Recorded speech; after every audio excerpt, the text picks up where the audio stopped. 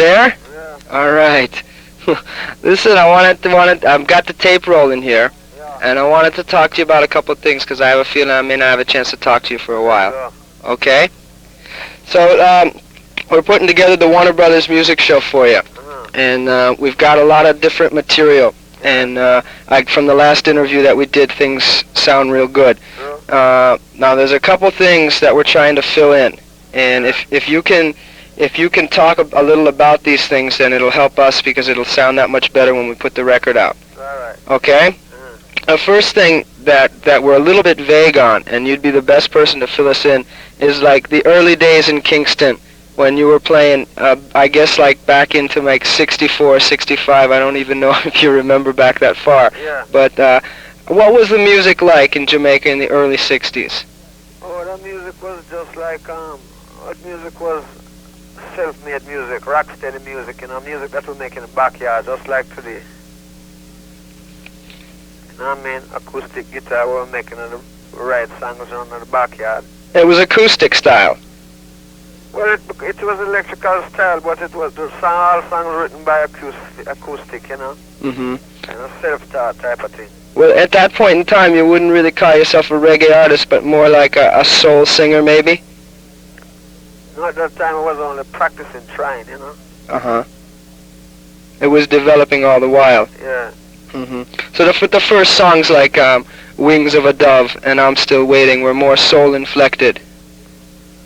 Well, those songs was like strictly rhythm and blues influence, you know, because rhythm and blues was strongly influenced down in Jamaica during those times. Like, well, this big fat brother named I'm Still Waiting, Sitting in the Park Waiting for You.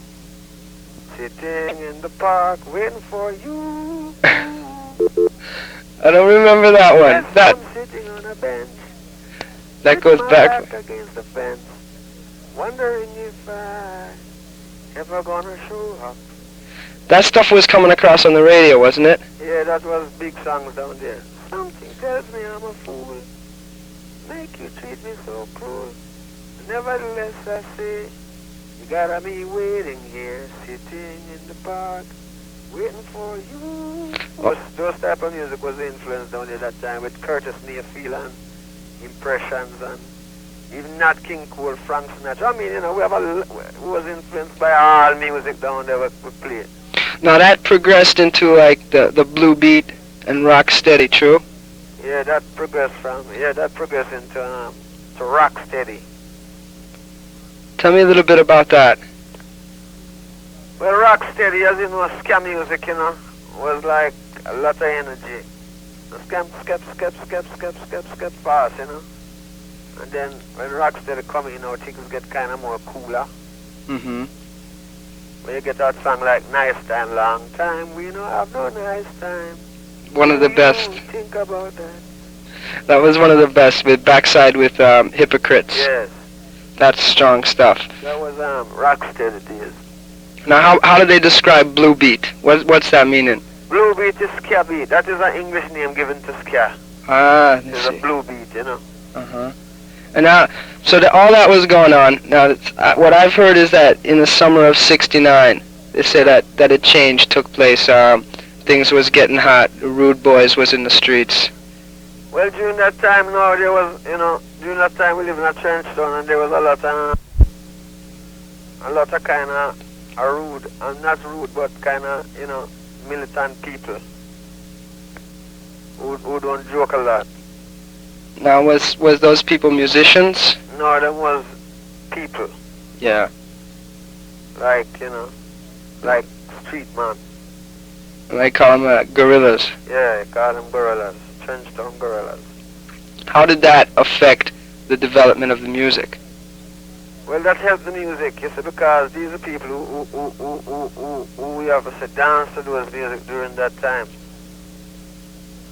So the people start to catch on to it. No, people call them rude boys, you know. Uh-huh. Call them was like rude. But they helped to develop the music. Yeah, so them develop the music themselves by anywhere the rude music played, that's where the crowd was. Ah, seen. And it set a trend, you know. You worked the early days with Cox and Dodd and King Tubby? With Coxon? He was like the first that recorded you, wasn't he? Coxsone, yeah. Yeah. Well, I mean, during that time, him have the best studio during that time, and him still have a good studio now, too. So Coxsone had the best equipment. Not the best equipment, but the best vibe, you know. The best vibe, right. Right. Now, let me see, the next thing that we were wondering.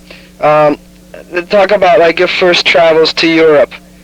Say, let me see, go 72 to 74. Now, you did Catch a Fire and Burnin', which were the first two albums on Island. Yeah. Now, Chris Blackwell was responsible for that.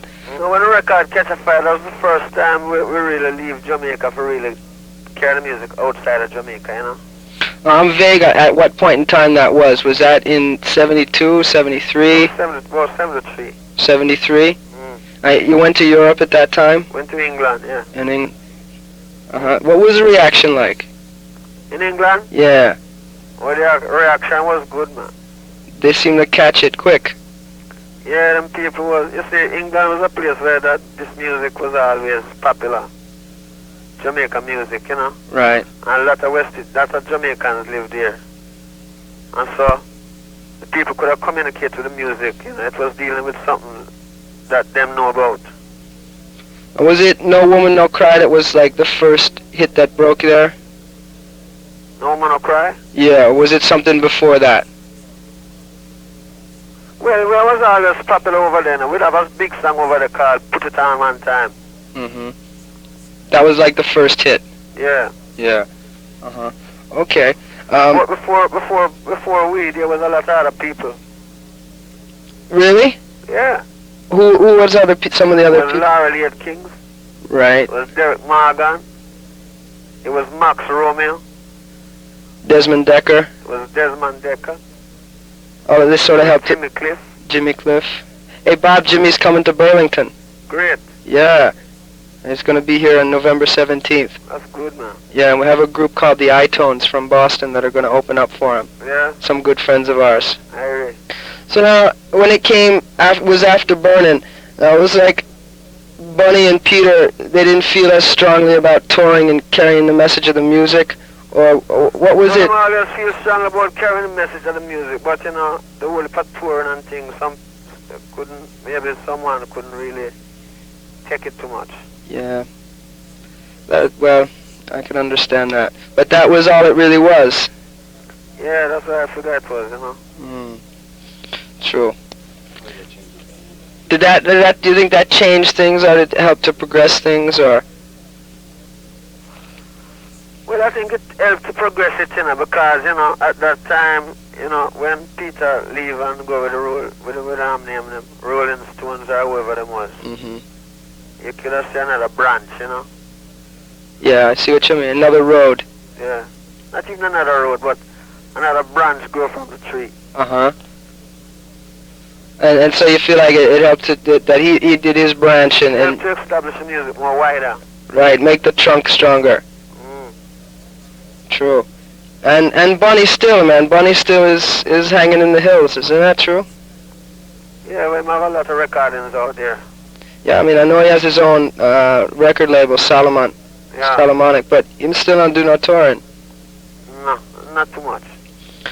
So when did it come that the first American tour took place? Because the way I see reggae, it still hasn't carried the message totally across like they seem to get it in England. Like first time people start to click to it. Well, you see, America is more influenced with a lot of different music than England, you know? Yeah, it's true. So, really coming to America with a new music, you have to really, you know, it's more than just coming with a music. Now, when was the first tour then? First tour? In America.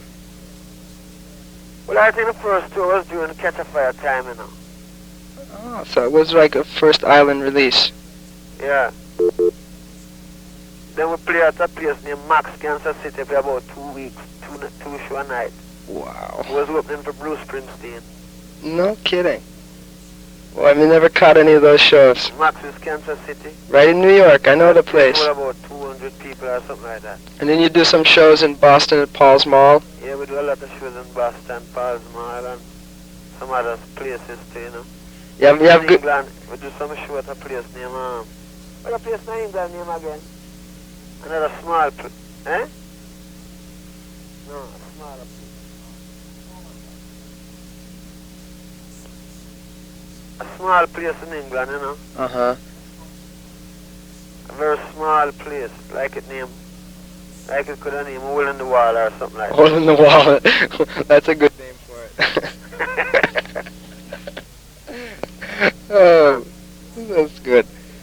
So now you've been doing this now for like 7, 8 years. About 7 years now. You've been 7 years, you know. and the people. So the people is gonna get it, Bob. They have to get it soon. Yeah, with help. It'll come. It must come. True. That's the way you feel about it, isn't it? Yeah, man. The way we feel that this music can never die. You know? Good music come on the music tune, and it's in time and in rhythm. People love it. And if the word's nice, people can listen to it, communicate with it, and it can be of help. Yes, man. Seeing Strausser. Seen, Bob.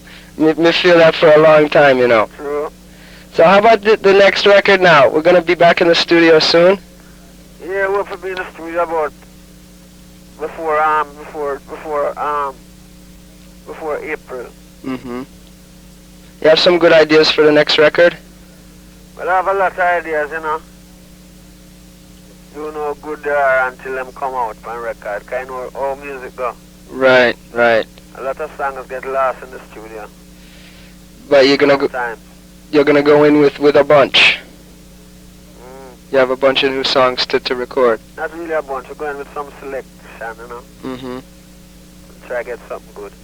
The next thing I wanted you to do, you know my radio station up here. You know what it's called? Tell me again. Okay, 'cause I want you to do an ID for me. Yeah. 1 minute. Okay. Hey man, I really appreciate you taking the time, Bob. Yeah. I really do. 'Cause I know you've been busy. I hope that trip to Germany will be good, man. I really love you, man. Rasta, you know. Rasta. WRUV In Burlington. in Burlington, Vermont. Right. And my show is called Trenchtown Rock. Trenchtown Rock.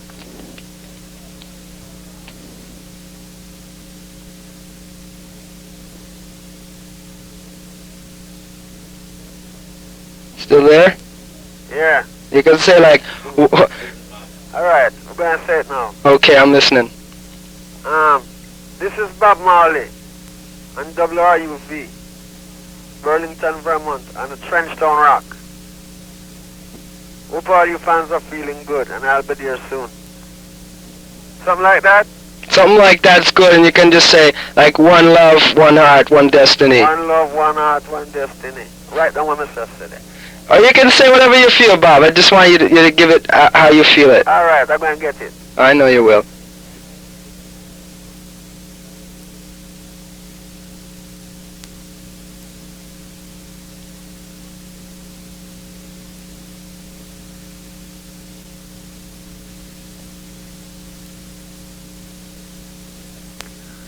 Yes. Alright. Howdy. Rastafari. This is Bob Marley and WRUV, Burlington, Vermont, on the Trenchtown Rock. One love, one heart, one destiny, and I hope everything is alright. Sound? Sound good. But you want something better?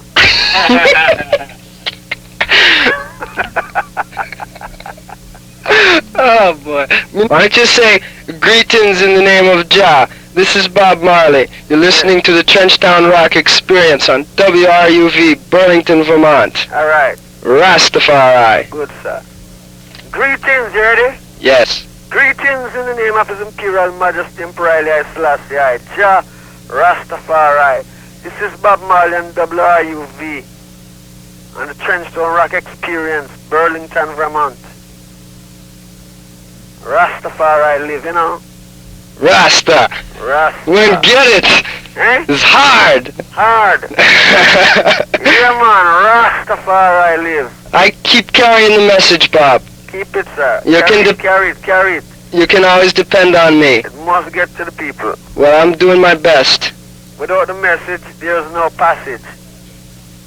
It's true. It's true. Well, listen, Bob, you know, you've given me more direction than anyone I can say, and that's the truth. Burlington Vermont, Trenchstone Rock Experience. That's right. Marley and WRUV. Greetings in the name of His Imperial Majesty Emperor Haile Selassie. Ja. Ja Rastafari. Ever One love, living. one heart, one destiny. Yes, Bob. All right. Love and unity. Unity in this time of struggle. Yes, unity in this time of struggle. And don't take on the world stress. That's good, man. Yes, good positive vibration All right. for the soul liberation. Soul liberation. Yes, sir. The Zion chain is coming our way. Zion train is coming our way. Get on board. Don't be late. Don't delay. Sometimes we're short of word. It's no, the words come good. Yeah, but slow sometimes too. But it's good. It's all right. Irie. Now listen, I'm gonna say goodbye for now. Irie. And I really appreciate you taking the time. I know that those guys in Los Angeles are gonna call. All right, G. And you can always count on this DJ here. Irie. So you go to Germany and get well, and we'll see you soon. Okay. One love, Bob. One love. Rasta. Rasta.